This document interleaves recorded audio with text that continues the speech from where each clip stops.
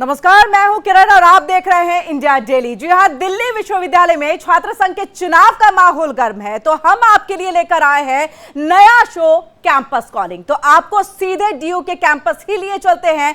छात्रों के बीच से हमारी सहयोगी पलक सहगल की ये रिपोर्ट दिखाते हैं। भारत देश का लोकतंत्र कितना खूबसूरत है कि राष्ट्र को सशक्त करने के लिए वहां पर मौजूद छात्र को भी सशक्त करता है। ऐसा मैं इसलिए कह रही हूँ क्योंकि इस वक्त मैं मौजूद हूँ दिल्ली यूनिवर्सिटी के मेन कैंपस में। नॉर्थ कैंपस में इस वक्त हम मौजूद हैं, जहां पर जल्द यहाँ पर छात्र संघ के चुनाव होने जा रहे हैं। तमाम ऐसे मुद्दे रहते हैं, महिलाओं को किस तरीके से सुरक्षित माहौल दिया जाए, क्योंकि महिलाओं का मुद्दा इस वक्त बहुत ज़्यादा है। एजुकेशन सेक्टर के अंदर कैसे वो सुरक्षित महसूस करें। बढ़ती कॉलेज की फीस एक बड़ा मुद्दा है। साथ ही ये भी एक बड़ा मुद्दा रहता है कि आज भी रैगिंग जैसी समस्याएं जो है वो देखने को मिलती है। कई सारे ऐसे मुद्दे होते हैं, आइडियोलॉजी को लेकर कई सारे मुद्दे होते हैं, तो उनको सशक्त करने के लिए मुहिम चलाई जाती है। ग्रास रूट पर हम देखते हैं कि एनएसयूआई और एवीपीकी के कई सारे कार्यकर्ता मौजूद रहते हैं। और इलेक्शंस के समय इस वक्त अगर मैं आपको तस्वीरें दिखाऊं, दूर दूर तक आप देख सकते हैं कि कई सारे पोस्टर्स लगे हैं कैंडिडेट्स के। और मेन कैंपस में हम मौजूद हैं। सुरक्षा के आप पुख्ता इंतजाम देखेंगे कि किस तरह से पुलिस, दिल्ली पुलिस की यहाँ पर बैरिगेटिंग है। दिल्ली पुलिस की सिक्योरिटी फोर्सेस की भी आप देखेंगे कि यहाँ पर किस तरीके से डिप्लॉयमेंट जो है वह की गई है। तो इस वक्त मेरे साथ मौजूद है कई सारे ऐसे कार्यकर्ता, लीडर्स, जिनके साथ हम बात करेंगे जो संभावित आने वाले समय के अंदर हमारे देश के भी लीडर्स बन सकते हैं। सर, आपका नाम? मेरा नाम हनी बग्गा है, मैं दिल्ली इंचार्ज हूँ। सर, जब मैं एबीवीपी की बात करती हूँ, अपनी आइडियोलॉजी को लेकर वो बहुत अटल है कि ये हमारी आइडियोलॉजी है। जब मैं एनएसयूआई की बात करती हूँ, पिछले 10 सालों के अंदर आइडियोलॉजी के अंदर कितना डिफरेंस आया है और मुद्दों के अंदर कितना डिफरेंस आया है। देखो, आइडियोलॉजी की बात अगर करें तो हमारी आइडियोलॉजी महात्मा गांधी है। आपने देखा होगा हमारे नेता श्री राहुल गांधी जी कॉन्स्टिट्यूशन में बिलीव करते, लगातार पूरे देश में संविधान की किताब लेकर वो पूरे देश में चल रहे हैं। और उसका असर आप लोगों को अभी दिल्ली, पूरे देश के लोकसभा चुनाव में भी देखने को मिला होगा। सबसे मजबूत विपक्ष आज आप लोगों के सामने उभर कर आया है। और रही बात मुद्दों की, तो आपको मैं बता दूं कि एनएसयूआई हर साल दिल्ली विश्वविद्यालय चुनाव लड़ रही है। और अखिल भारतीय विद्यार्थी परिषद के छात्र संगठन चुनाव लड़े हैं, जीते भी हैं। उन लोगों ने किसी तरीके का कोई काम नहीं किया। सबसे बड़ा उनका मुद्दा था कि हम फ्री मेट्रो पासेस दिलवाएंगे, वो लोग उसमें कामयाब नहीं रहे। उसके बाद हॉस्टल्स उन लोगों ने बोला था सबके लिए हॉस्टल्स हम लोग उपलब्ध कराएंगे, उन लोगों ने वो नहीं करवा पाए। इनका छात्र संघ अध्यक्ष है जो पिछले बार चुनाव लड़ा था, उसकी फर्जी डिग्री हासिल करके उसने चुनाव लड़ा। कोर्ट ने भी विश्वविद्यालय प्रशासन को आदेश दे दिया है कि आप उस पर अपने हिसाब से कार्रवाई करें। लेकिन संघ के यहाँ पर प्रचारक लोग, संघ के लोग यहाँ दिल्ली विश्वविद्यालय में गद्दी पर बैठे हैं, तो आपको भी पता होगा कि ये लोग उस तरीके से कार्रवाई नहीं कर पाते। और मुद्दों की बात करूं तो ये मुद्दा विहीन अखिल भारतीय विद्यार्थी परिषद है। गुंडागर्दी करके लोग विश्वविद्यालय में चुनाव लड़ते हैं। बच्चों में डर का माहौल है। मिरांडा कॉलेज में पिछली बार लड़कियों के कॉलेज में ये लोग ज़बरदस्ती घुस गए, तोड़फोड़ की, लड़कियों के साथ बदतमीजी की। पूरा डर का माहौल ये लोग विश्वविद्यालय में फैला रहे हैं, जिसके विरोध में हम लोग यहाँ पर एनएसयूआई की अगर मैं बात करूं, क्योंकि ये तो आपने आलोचना की कि अभी मौजूदा जो, अगर हम कैंपस के अंदर कह सकते हैं कि एक जो पार है, अथॉरिटी है, वो ये सब कुछ कर रही है। जब मैं एनएसयूआई की बात करती हूँ तो आप कैसे एक विकल्प हैं, आप क्या कुछ उपलब्धियां जो है वह अपनी गिनवाएंगे कि हमने ये मुद्दे उठाए और आने वाले समय के अंदर अगर जीत हासिल होती है तो इस पर हम कार्य करेंगे? देखिए, सबसे पहले बता दूं, 2017 से जब हमारा छात्र संघ चुनाव हमारे सचिव जीते थे, तब उन्होंने यहाँ पर सैनिटरी पैड मशीन लगवाई थी दिल्ली विश्वविद्यालय में। और चंडीगढ़ में जब हम पीयू यूनिवर्सिटी हम जीते थे, तब हम लोगों ने मेंस्ट्रुअल लीव करवाया था, जो कि आज भी चंडीगढ़ यूनिवर्सिटी में लागू है। वो हमारे एनएसयूआई के द्वारा करवाया गया है। हम तो लगातार मांग कर रहे हैं मेंस्ट्रुअल लीव। दिल्ली विश्वविद्यालय में हमारा मेन मुद्दा था। 1 फी 1 कोर्स हम मांग कर रहे हैं, लाइब्रेरीज़ की मांग कर रहे हैं, हॉस्टल्स की बात कर रहे हैं। हम तो लगातार कर ही रहे हैं। लेकिन जब इनका छात्र संघ जीत के आया, उन्होंने क्या किया? 27 लाख की चाय पी गए। आपको पता है, 1 साल भर के 27 लाख का इन्होंने बिल लगाया था चाय पीने का। आप समझते 27 लाख किसको कहते हैं? चाय कोई पी पाएगा 27 लाख? ये कुल मिला के विश्वविद्यालय को ठगने का काम ये लोग कर रहे हैं। तो 27 लाख का प्रमाण पेश कर पाएंगे? बिल्कुल किया हम लोगों ने, पिछले चुनाव में हमने किया, तब जाके एनएसयूआई, आज मैं आपको बता दूं, एनएसयूआई एक ऐसा संगठन है छात्रों से मिल के बात करके संवाद से समाधान निकालने का काम करता है। इस वक्त मैं आपके हाथ में एक पोस्टर देख पा रही हूँ। ये पोस्टर पहले मैं दर्शकों को दिखा दूं। लिखा है ड्यू बचाओ, ड्यू बचाओ महंगी होती शिक्षा से, ड्यू बचाओ फर्जी डिग्री वाले छात्र नेताओं से। सर, आपका जो ये पूरा पोस्टर है ड्यू को बचाने के लिए। सबसे पहली बात आपने इसमें लिखी है कि ड्यू बचाओ महंगी होती शिक्षा से। अगर मैं दिल्ली यूनिवर्सिटी की बात करूं तो ये तो जाना ही इसलिए जाता है कि यहाँ पर शिक्षा जो है वह हर एक वर्ग का व्यक्ति जो है उसे अफोर्ड कर सकता है। मैं आपको बता दूं, आप एक बार पहले के फीस स्ट्रक्चर उठा के देखिए और आपके फीस स्ट्रक्चर उठा के देखिए, उसमें बहुत से कोर्सेज में फीस इन्होंने बढ़ा दी है। और दिल्ली यूनिवर्सिटी मैं मानता हूँ पढ़ने के छात्र दूर दूर से भी आते हैं, लेकिन पहले की फ़ीस के कंपैरेटिवली अगर आप सारे कॉलेजेस की फ़ीस चेक करेंगे तो बहुत ज़्यादा फ़ीस बढ़ा दी गई है। 7-7 हज़ार रुपये 5-5 हज़ार रुपये फ़ीस बढ़ा दी गई है इस बार। तो इतना छात्र आपको पता है दिल्ली यूनिवर्सिटी में पूरे देश से बच्चा आगे पढ़ना चाहता भी है। सीयूटी के कारण इस बार पूरे देश से बच्चा और आगे पढ़ भी रहा है, लेकिन इतने फीस बढ़ने के कारण बच्चा उस तरीके से पढ़ नहीं पा रहा है। ठीक है, एनएसयूआई के और भी लीडर्स हमारे साथ मौजूद है। सर आपका नाम? आकाश चौधरी, मैं राष्ट्रीय सचिव हूँ एनएसयूआई का। दिल्ली विश्वविद्यालय छात्र संघ में महासचिव रहा हूँ 2018 में। कौन सी वो मांगे रहेंगी जो आज मौजूद है, क्योंकि मॉडर्न वर्ल्ड में है और छात्र हमारे बहुत ज्यादा शिक्षित है, अवेयर हैं कि क्या कुछ देश में चल रहा है, तो कौन से वो मुद्दे रहेंगे? ये हमने जो है 6-7 सूत्री मांगे रखी हैं दिल्ली विश्वविद्यालय के सामने। तो सबसे पहले तो हम जो भर्तियां पिछले साल में जो दिल्ली विश्वविद्यालय प्रशासन द्वारा की गई हैं, जिसमें एबीवीपी के लोगों को, एबीवीपी के पदाधिकारियों को, छात्र संघ नेताओं को महत्वाकांक्षा देते हुए एक जो है मैं कहूँगा बिल्कुल गलत और जो धांधलीबाजी की तरफ से पिछले 10 सालों की बात करूं, क्योंकि अभी कुछ देर पहले मैं दिल्ली यूनिवर्सिटी में मौजूद थी, आज से 15 दिन पहले जब मैंने छात्रों के साथ बात की तो उन्होंने कहा कि हमारा जो इंफ्रास्ट्रक्चर है पिछले 10 सालों में, 2014 से अगर मैं बात करूं, जब से बीजेपी की सरकार आई है और हम कह सकते हैं कि एबीवीपी भी जो है वहाँ पे वर्चस्व देखने को मिला है, इंफ्रास्ट्रक्चर बेतहाशा इम्प्रूव हुआ है, बहुत बेटर हुआ है। देखिए, हम छात्र संघ में रहा, मैं खुद छात्र संघ में रहा 2018 में, तो हमने चीज़ें नज़दीक से देखी। तो मैं आपको बता देना चाहता हूँ, जो इंफ्रास्ट्रक्चर आप आज खड़े हो, जो देख रहे हो, उसकी नींव कांग्रेस पार्टी की रखी हुई है। जितना फंड जो है हर साल के बजट में एजुकेशन के लिए कांग्रेस पार्टी देखी थी, उसके 2014 के बाद अगर आप कंपेयर करोगे 10 सालों का बजट, लगातार हर साल दर साल वो बजट एजुकेशन का कम हुआ है और शिक्षा महंगी हुई है। अब छात्र संघ चुनाव जो है कुछ ही दिनों में ड्यू है दिल्ली विश्वविद्यालय में, और इस विश्वविद्यालय में पूरे देश का छात्र पढ़ने आता है। जिस समय हम इस विश्वविद्यालय में आए थे 10 साल पहले, तो यहाँ की फीस मात्र 4 और 5 हज़ार रुपये होती थी। वो फीस आज बढ़ा करके महंगाई भी तो बढ़ी, 24-25 हज़ार रुपये, इन्फ्लेशन भी तो हुई। देखिए कितनी इन्फ्लेशन होगी। 4 हज़ार से 24 हज़ार रुपये आप अगर फीस बढ़ा देते हैं। 25 कॉलेजों की दिल्ली विश्वविद्यालय में पिछले महीने रूल आता है, जो नोटिफिकेशन आती है, 25 कॉलेजों की एक साथ फीस बढ़ा दी गई है। हमारी शुरू से एनएसयूआई की डिमांड रही है 1 कोर्स 1 फी।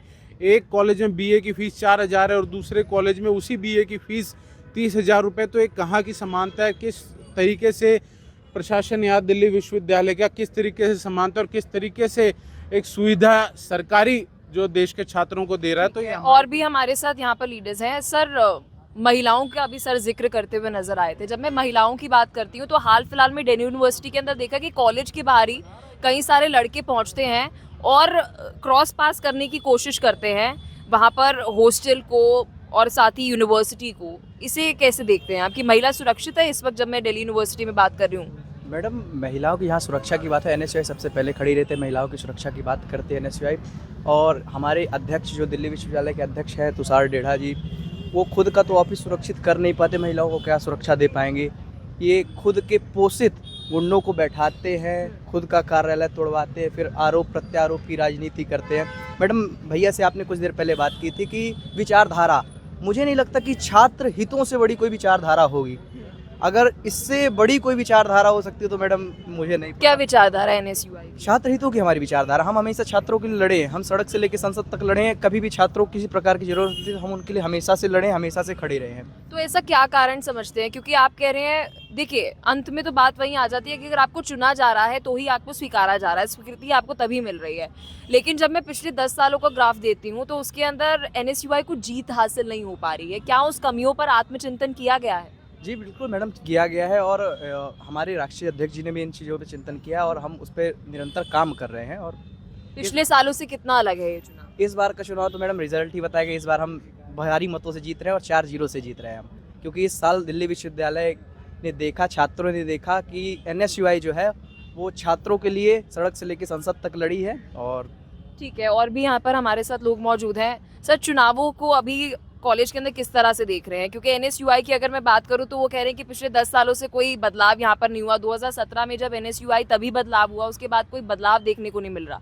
लेकिन केंद्र कह रही है और आंकड़े ऐसे बता रहे हैं कि इंफ्रास्ट्रक्चर जो है वो दिल्ली यूनिवर्सिटी का, सेंट्रल यूनिवर्सिटी का बेहद बेहतर हुआ है पिछले 10 सालों में। नहीं, ऐसा कुछ नहीं हुआ, कुछ भी नहीं हुआ है। ना यहाँ सुरक्षा है महिलाओं को लेकर के, छात्र छात्राओं को लेकर के, क्योंकि कल ही अंबेडकर कॉलेज में हमारे कुछ छोटे भाई हैं, उनके ऊपर जानलेवा हमला किया जाता है। उनके वहाँ के बाहरी तत्व कॉलेज के अंदर घुस करके मारपीट करते हैं।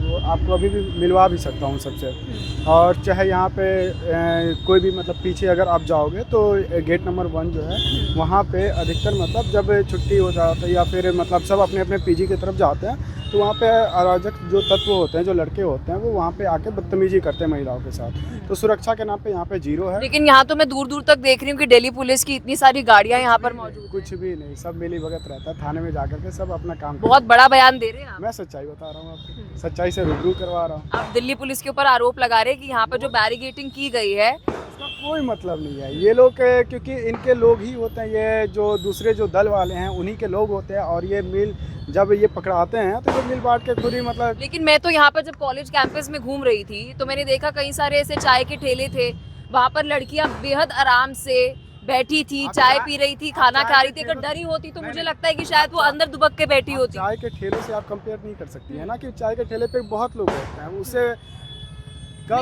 मैं पूरी यूनिवर्सिटी की बात कर रही हूँ कि महिलाएं बहुत सहज होकर, आराम से, सिक्योर होकर बैठी हैं, लुत्फ उठा रही है अपनी चाय का। अगर सुरक्षित महिला होगी तो ही ऐसे बाहर घूम पाएगी ना। तो यही सुरक्षा देखना है तो आप पीछे जाकर के एक बार चक्कर लगा के आ जाओ। आपको पूरा चीज आपको समझ में आ क्या असुरक्षित है वहाँ अराजक तत्व घूमते हैं, वो आपको समझ में आएगा कि वो कैसे क्या करते हैं। उनका जो टोन होता है वो सब समझ में आता है। और ये एक विशेषता, एक संगठन से ये जुड़े रहते हैं और कहते हैं कि मैं इससे हूँ, मैं उससे हूँ। करना है तो बात करते हैं। ठीक है जी। एक बात मैं रखना चाहूँगा, आपने इंफ्रास्ट्रक्चर की बात की है। मैम बिल्कुल इंफ्रास्ट्रक्चर में तो बहुत सुधार हुआ है। दिल्ली विश्वविद्यालय की आर्ट फैकल्टी की सेंट्रल लाइब्रेरी, जब बरसात होती है तो हम लुफ्त, झरने का लुफ्त देखते हैं। बहुत बढ़िया झरना चलता है वहाँ और बहुत उसे एंजॉय करते हैं। दिल्ली विश्वविद्यालय बिल्कुल लबालब भर जाता है। तो ये बिल्कुल हमारे दिल्ली विश्वविद्यालय के अध्यक्ष जी और जितने भी पदाधिकारी, उनकी ये बहुत बड़ी उपलब्धि है। तो हम यहाँ रहने के बाद बड़े बड़े झरनों का लुफ्त उठाते हैं, आनंद लेते हैं। बड़ी बड़ी नदियाँ भर जाती हैं, उनका बहुत हम लुफ्त लेते हैं, बहुत आनंद लेते हैं मैडम। लेकिन आप जैसे कह रहे हैं कि बाहर पानी भर जाता है, देखिए ये तो पूरी दिल्ली की समस्या है। बाहर भर जाता तो है। अब मैं अगर पॉलिटिक्स पे आऊंगी तो फिर तो मुझे दिल्ली सरकार पर आना पड़ेगा कि यहाँ पर पानी भर रहा है। ठीक ठीक ठीक ठीक, आप बाहर मत आइए मैडम। फिर सेंट्रल लाइब्रेरी में छत से पानी गिर रहा है, बिल्कुल झरने की तरह गिर रहा है। हम आपको उसका वीडियो तक दे सकते हैं। मैं तो उपस्थित था वहाँ जब था, और वीडियो भी है हमारे पास प्रूफ के साथ। ये इनकी नाकारी है और इन्होंने बिल्कुल फेल रहा है। इस बार का छात्र संघ के अध्यक्ष बिल्कुल फेल रहे हैं और दिल्ली विश्वविद्यालय के छात्र इस बार इन्हें ठीक है। सत्ता में आकर के ये मतलब एकदम बहुमत से आए थे, 3-1 से आए थे। ठीक है, एनएसयूआई का एक था। एनएसयूआई हार क्यों रहा है? क्यों? अगर आप इतने सशक्त हैं, नहीं मैं पिछले 10 सालों को ग्राफ बता रही हूँ, आपको कोट कर रही हूँ, उसे फैक्ट्स बता रही हूँ कि हार क्यों मिल रही है अगर आप इतने अच्छे से मुद्दे उठा रहे हैं। इस बार बिल्कुल हम जीतेंगे 4-0 से। इनको कैसे, क्या अलग है पिछले सालों से? गलतियों से क्या सीख? गलती हमारी कुछ नहीं है, जो इनके तो पूरा शासन प्रशासन सभी मिली भगत होती है। अगर ये मिली भगत ना होते तो ये पिछले साल ये 3-1 से ये हारते। अगर बच्चे असुरक्षित है, अगर मैं मोटा मोटा कहूँ कि 4 साल भी अगर आप यूनिवर्सिटी के अंदर रह रहे हैं या 5 साल बिता रहे हैं या 3 साल बिता रहे हैं, यानी आपके पास 4 साल का समय है जिसके अंदर आप अलग अलग जो एनएसयूआई है और एबीवीपी को मौका दे सकते हैं। लेकिन बार बार छात्र एबीवीपी को ही मौका दे रहे हैं। पहले क्या हुआ वो आप छोड़िए, इस बार क्या होगा वो इस बार वही तो पूछ रही हूँ कि इस बार अलग क्या है? वो बदलाव आपको दिखेगा। चाहे वो हमारी हेल्प डेस्क हो, चाहे वो हमारी क्या कहता है 24/7 बच्चों को मदद करना, वो हम निरंतर कर रहे हैं और बच्चों को जोड़ रहे हैं। हमारे होता है किसी किसी चीज़ में गलतियां होती है, पर इस बार पिछले गलती जो ना करते वो इस बार जो हम सुधार किए हैं उस चीज़ को पूरा कैंपस वो देख रहे हैं। हॉस्टल्स पर आना चाहूँगी मैं। दिल्ली यूनिवर्सिटी की अगर मैं बात करूँ तो दिल्ली यूनिवर्सिटी के अंदर हॉस्टल्स की बहुत कमी है। महज 4000 कुछ हॉस्टल्स है और इतनी ज़्यादा संख्या है बच्चों की, उन्हें पीजी पर जाना पड़ता है। और पीजी का रेंट तो हाल फिलहाल में हमने देखा कि कितना ज़्यादा है। राजेंद्र प्लेस के अंदर ही हमने देखा कि कितना ज़्यादा रेंट वहाँ पर था। इस मुद्दे को कैसे आप उठाएंगे? क्योंकि हॉस्टल्स और ज़्यादा होने चाहिए, सरकारी हॉस्टल्स और ज़्यादा होने चाहिए, ताकि आपको जो शिक्षा मिल रही है वह तो सस्ती है, लेकिन शिक्षा के लिए जो आपकी ऑपरेटिंग कॉस्ट एक तरीके से आ रही है वो भी कम होनी चाहिए। मैम कहीं ना कहीं देखें, जो भी छात्र नेता निकल के आ रहे हैं वो समहाउ कुछ सालों में वो अपना ही एक पीजी चला रहे हैं और वो हॉस्टल का मुद्दा ला रहे हैं और उसके थ्रू इलेक्शन जीत रहे हैं, लेकिन कुछ सालों के बाद वो एक पीजी भी ऑन कर रहे हैं और उसे चला रहे हैं। तो कहीं ना कहीं ये दोनों चीज़ को रिलेटेड है। अगर वही नेता पीजी चला रहे हैं तो हॉस्टल कहाँ से बनेगी? तो अगर कोई ऐसे नेता आते हैं जो केवल हॉस्टल पे निर्भर रहते हैं। क्या आपने पर्दा हटाया इससे? क्योंकि आप अगर ये स्टेटमेंट देख रहे हैं, देखिए सब कुछ चलता है जब आप प्रमाण पेश करते हैं। आप कह रहे हैं कि जो पीजी है वो एबीवीपी की तरफ से चलाया जा रहा है, कोई एक पूरा नेक्सस चल रहा है, तो प्रमाण पेश करना बेहद ज़रूरी है। अगर उनकी तरफ से ऐसे पीजी चलाए जा रहे हैं तो इसके लिए प्रमाण क्या है? कह देने से महज कुछ नहीं है। मैम मैंने ऐसा एबीवीपी का नाम नहीं लिया, पर ये मैं कहना चाहूँगा कि तमाम जो छात्र नेता इस पिछले सालों में जो निकल के आए हैं वो कहीं ना कहीं खुद के पीजी चला रहे हैं। 2-3 सालों में आगे जाके वो पीजी ऑन करने वाले हैं। और ऐसे पहले कई ऐसे एग्जाम्पल हैं जो नेता निकल के आए हैं और पीजी अभी चला रहे हैं। पर ये जो पिछले साल के जो जितने भी जैसे एबीवीपी बहुमत में थी, कहीं ना कहीं यूनियन को लीड कर रही थी, तो कुछ सालों में हम देखेंगे कि वो कहीं ना कहीं पीजी को रन करेगी। और आपने मैम बताया कि एनएसयूआई पिछली बार क्यों हारा, तो इसके पीछे मैं एक प्रमाण रखना चाहूँगा कि मैं स्वामी श्रद्धानंद का छात्र संघ से ज्वाइंट सेक्रेटरी था। तो वहाँ पे देखा मैम कि कई सारे इलीगल वोटिंग हुए हैं और वैसे एग्जाम्पल कई सारे कॉलेजेस में। और एक ऐसा क्यों होता है? हार मिल जाती है तो हम हमेशा वोटिंग के ऊपर ही दोष डाल देते हैं। मैं एज ए कैंडिडेट वहाँ मौजूद था, मैंने टीचर को बोलते हुए सुना था कि आपने कितना प्रेस किया, मैंने 11 वोट किया, मैंने 12 वोट किया। तो कहीं ना कहीं एज ए कैंडिडेट मैंने कि वोट तो गोपनीय होता है ना, वो जरूर कोई बताता है कि हमने आपको वोट किया है कि नहीं किया। बहरहाल अब हम हॉस्टल के मुद्दे पर आते हैं। जब मैं हॉस्टल्स की बात कर रही हूँ कि हॉस्टल्स की संख्या कम है, आप कह रहे हैं कि हाँ ये मुद्दा है, पीजी ऑपरेट किए जा रहे हैं, इसका एक नेक्सस भी चल रहा है। अगर आपको जीत मिलती है तो प्रेशर पॉलिटिक्स कैसे होगी कि हॉस्टल्स की संख्या जो वो बढ़नी चाहिए? अंत में हर किसी को काम प्यारा है, चाम प्यारा नहीं है। बिल्कुल मैम, जैसे अगर एनएसयूआई जैसे ही आती है तो 2-3 मुद्दे हैं जिन पे हम लोग काम करेंगे। पहला तो जैसा सर्वज्ञ भैया ने बताया कि वुमेन सेफ्टी पे काम करेंगे। उससे ज़्यादा इम्पॉर्टेंट है कि यहाँ पर हर जगह से, हर भारत के हर कोने से छात्र यहाँ पे आते हैं और कहीं ना कहीं वो पीजी के दबाव से अपना कोर्स पूरा भी नहीं कर पाते हैं और वो अपने शहर को लौट आते हैं। तो अगर एनएसयूआई आती है तो सबसे पहले हॉस्टल पे काम करेगी, दूसरा वुमेन सेफ्टी पे, एंड तीसरा जो तमाम यहाँ पर एक तरीके का प्रेशर जो क्रिएट किया गया है एबीवीपी के द्वारा उस पे लगाम डालेगी। धन्यवाद। तो इस वक्त हम मौजूद है दिल्ली यूनिवर्सिटी के अंदर। एनएसयूआई की कई सारे कार्यकर्ताओं के साथ हमने संवाद किया। सर, एक बहुत महत्वपूर्ण सवाल रहेगा। एनएसयूआई की अगर मैं बात कर रही हूँ तो एनएसयूआई का इस बार क्या बड़ा मुद्दा रहेगा? पिछले सालों से कितना अलग है? बड़ा मुद्दा ये है कि जो पिछले 5 सालों से एबीवीपी बच्चों को बौखलाने का काम कर रही है कि हॉस्टल्स को लेके और वाईफाई को लेकर, कैंटीन्स को लेकर, मेट्रो पासों को लेके।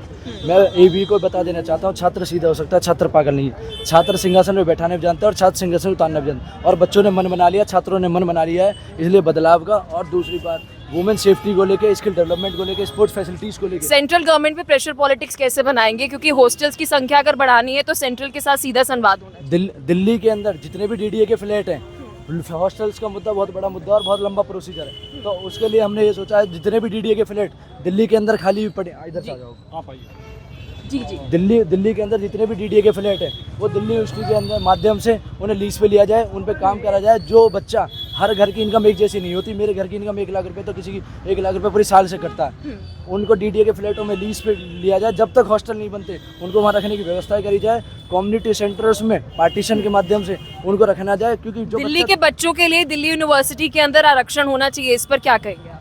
आरक्षण होना भी चाहिए। और जो आदमी देश के अलग अलग कोने से दिल्ली यूनिवर्सिटी में पढ़ने आ रहा है, कोई भी ऐसी कमेटी नहीं है, कोई भी ऐसी जगह नहीं है जहाँ बच्चा अपनी बातों को रख सके जी और अपनी बातों को उठा सके।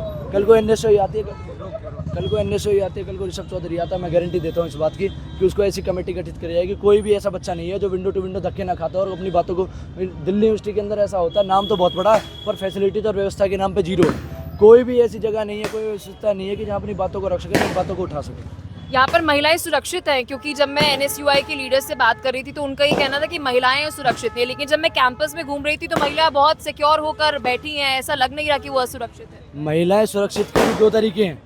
जब आप रात को यहाँ से ट्रैवल करेंगे और वॉकिंग डिस्टेंस में मेट्रो तक चले जाओ, आपको ये उम्मीद नहीं है कि मैं सही सलामत पहुँच भी पाऊँगी, नहीं भी पहुँचूँ।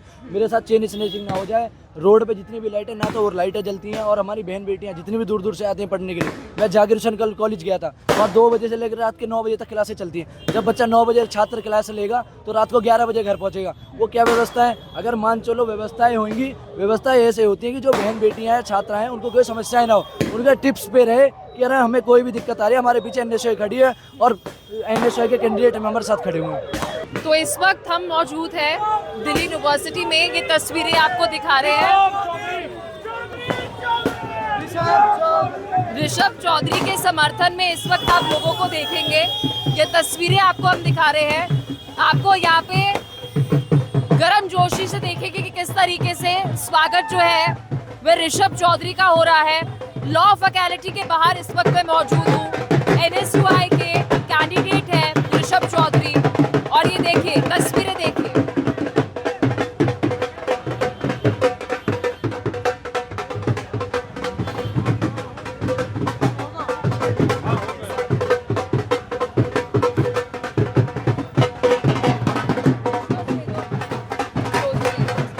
दिल्ली यूनिवर्सिटी के अंदर इस वक्त गर्म जोशी से किस तरह से चुनाव प्रचार जो है वह किया जा रहा है। NSUI की कार्यकर्ता इस वक्त मौजूद है। लॉ फैकल्टी के बाहर मैं मौजूद हूँ।